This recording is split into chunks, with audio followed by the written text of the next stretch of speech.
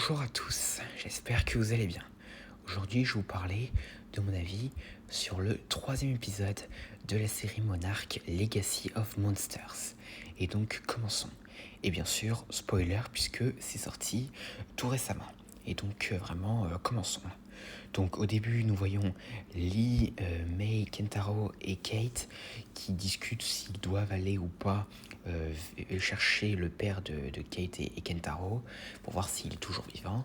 Mais Kate n'a pas vraiment beaucoup d'espoir parce que la zone où son père a disparu avait été scrutée pendant des semaines, mais rien n'a été trouvé. Mais Lee dit qu'il faudrait aller chercher là où personne n'a cherché. Et ensuite, Lee révèle qu'il a envie de retrouver Hiroshi parce qu'il le voyait presque comme un fils depuis la mort de Bill et Keiko Randa. Et après ça, le quatuor s'enfuit du lieu de retraite de Lisho. Et après, nous remontons le temps pour nous retrouver dans les années 50 où Monarch a vraiment été fondé. Et Lee, Bill et Keiko en font partie. Donc ils les ont rejoints. Et après cela, ce trio montre à des militaires un moulage d'une empreinte de Godzilla retrouvée dans un terrain boueux en Indonésie. Et ça se passe ici pendant la traque de Godzilla de Shinomura, même si malheureusement on ne voit pas Shinomura dans cet épisode. Et là, Bill, Lee et Keiko essayent de trouver un moyen de faire venir Godzilla, même si l'armée en même temps envisage de le tuer parce que Godzilla, tous les monstres sont perçus comme des menaces pour les militaires. Et après le générique, retour dans le présent. Donc Lee parle à Kate, Kentaro et May et parle un peu des origines de Monarch, fondé à l'origine sur le rêve et l'ambition, mais qui est finalement devenu le Monarch qu'on connaît dans les films. Et Kate se plaint un peu parce qu'ils auraient pu prévenir et tenter d'arrêter les attaques de San Francisco et autres dans le monde.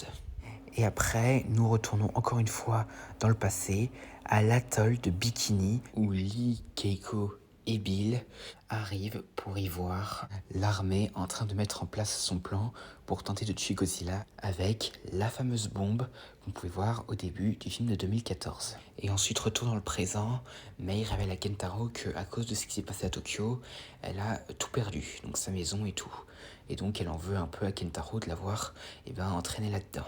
Et après, le groupe se rend en Corée du Sud pour trouver un ami de Lisho qui pourrait les conduire en Alaska. Mais pour éviter d'être retrouvés, démasqués et signalés à Monarch, ils décident de se débarrasser des fichiers de Randa et transmettre toutes les données sur l'ordinateur de Mei. Mais cependant, quand ils arrivent, ils sont supposés être sur le point de se faire arrêter et prendre une amende. Mais l'ami de Lee, un dénommé Do-ho, qui les aide à s'échapper, les conduit ensuite à un de ses avions pour ensuite partir pour l'Alaska et ainsi commencer véritablement les recherches sur le père de Keiko et Kentaro. Mais en même temps, Tim, qui continue de rechercher le groupe, se fait remettre à sa place et d'ailleurs on a une petite mention bien sympathique au docteur Ichiro Serizawa. Mais malgré ça, Tim continue de vouloir chercher le groupe. Et ensuite nous retournons en 54 où les militaires attendent la venue de Godzilla, ce qui se fait. Et même si Keiko défend de ne pas le faire, ils le font. Et donc du coup, il y a la fameuse scène, comme on a pu le voir au début du Godzilla de 2014. Et Keiko, qui pensait que c'était une mauvaise idée, en est bien sûr très déprimée. Mais bien sûr, comme vous le savez, Godzilla n'a bien sûr pas été tué. Parce que comme à l'époque, il était très peu étudié, on ne pouvait pas prévoir qu'il pouvait survivre à ce genre d'explosion.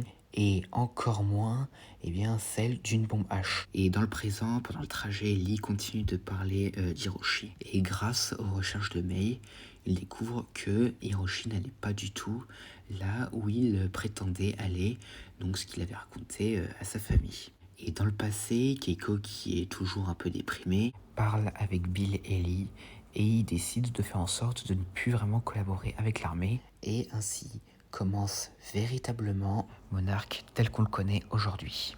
Et donc ensuite nous retournons dans le présent où l'équipe arrive en Alaska et trouve des preuves de l'avion d'Hiroshi. Cependant, l'avion est bien détruit. Et tout ce qu'ils trouvent, c'est le corps gelé du pilote, mais aucune trace d'Hiroshi. Et donc ils pensèrent qu'il est donc vivant. Et ils en ont après la preuve en découvrant une tente qui était donc autrefois celle où avait été Hiroshi.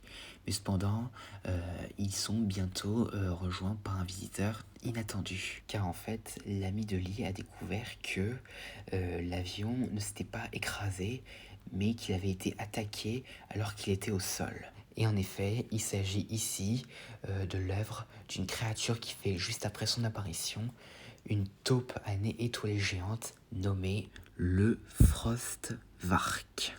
Et donc du coup, il attaqua le groupe de Lee Shaw et donc Duo, donc l'ami de Lee, tente de le combattre avec son avion, mais il est gelé à mort par le souffle glacé du Frostvark qui tourne ensuite son attention vers les héros. Et avant de savoir quoi que ce soit d'autre, c'est la fin. Et donc du coup, qu'est-ce que j'en ai pensé? Alors cet épisode, en vrai, il était bien, mais un petit peu moins que les deux précédents. Et donc du coup, alors déjà le fait de revoir la scène de Godzilla, enfin du début de Godzilla 2014, c'était plutôt cool. Même si bon, par contre, je suis un petit peu déçu qu'on n'ait pas vu Shinomura, alors que pourtant on sait que Shinomura était présent en 54. Donc du coup, bah, c'est un peu dommage qu'il l'ait pas mis. Donc du coup les personnages alors, bon en vrai en termes de développement ils sont préparés que dans le dernier épisode. Et d'ailleurs j'ai beaucoup aimé le moment où il s'échappe du lieu de retraite de Lee.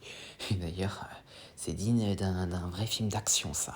Et donc ensuite alors le Frostvark en vrai il est vraiment très stylé. Et bien sûr, il n'est pas sans rappeler les Iceborers de la série Godzilla de 1998. Et d'ailleurs, la scène où il s'attaque au héros, franchement très stylé. Dans une scène d'ailleurs qui faisait très Jurassic Park 3, notamment avec la scène où il attaque l'avion. Et donc, par contre, pour Duo, donc l'ami de Lee, alors très clairement, je trouve ça dommage qu'il l'ait tué maintenant parce que on n'aura même pas eu le temps de profiter du personnage et tout. Enfin, clairement, voilà. Il aurait peut-être pu avoir du potentiel, donc je pense pas qu'ils auraient dû le tuer dès son premier épisode. Et pour revenir encore une fois à la scène de la bombe, alors vraiment pour ce qui est de Shinomura, alors très clairement c'est... Je sais pas pourquoi ils ont décidé de pas montrer Shinomura. En tout cas, ça a créé une immense incohérence avec Godzilla Awakening, sérieusement là. Et d'ailleurs, j'ai l'impression que c'est une des premières grosses incohérences comme ça et qu'ils font dans le Monsterverse. Enfin bon, après ça veut pas dire que Godzilla Awakening n'est plus canon, bien sûr que non. Mais je trouve ça juste étrange et surprenant et dommage qu'ils aient fait en sorte de pas mettre Shinomura. Enfin, vraiment pour moi, c'est pour moi le plus gros problème de cet épisode. Et donc, et en vrai, pour le reste, ça va. Et d'ailleurs, c'est intéressant de voir comment l'Isho y contribue à la vraie formation de monarque. Et d'ailleurs, la petite mention à Ishiro Serizawa, ça fait très plaisir. Et j'espère d'ailleurs qu'on le reverra. Surtout que là, il a pratiquement toutes ses chances d'apparaître. Et donc du coup, et si je devais donner ma note sur cet épisode, ce serait 7 sur 10. Parce que, enfin vraiment, comme je me répète, mais le plus gros défaut de cet épisode, c'est le fait qu'ils aient pas mis Shinomura. Et d'avoir créé une incohérence avec Awakening. Et j'espère qu'ils feront pas ça, genre, avec Godzilla Aftershock et autres. Parce que sinon, là, va y avoir des gros problèmes d'incohérence. Mais bon. Espérons, je me répète encore une fois, qu'ils feront pas un truc comme ça dans les prochains épisodes. Et donc voilà, j'espère que cette vidéo vous aura plu. N'hésitez pas à me dire ça dans les commentaires et à la prochaine.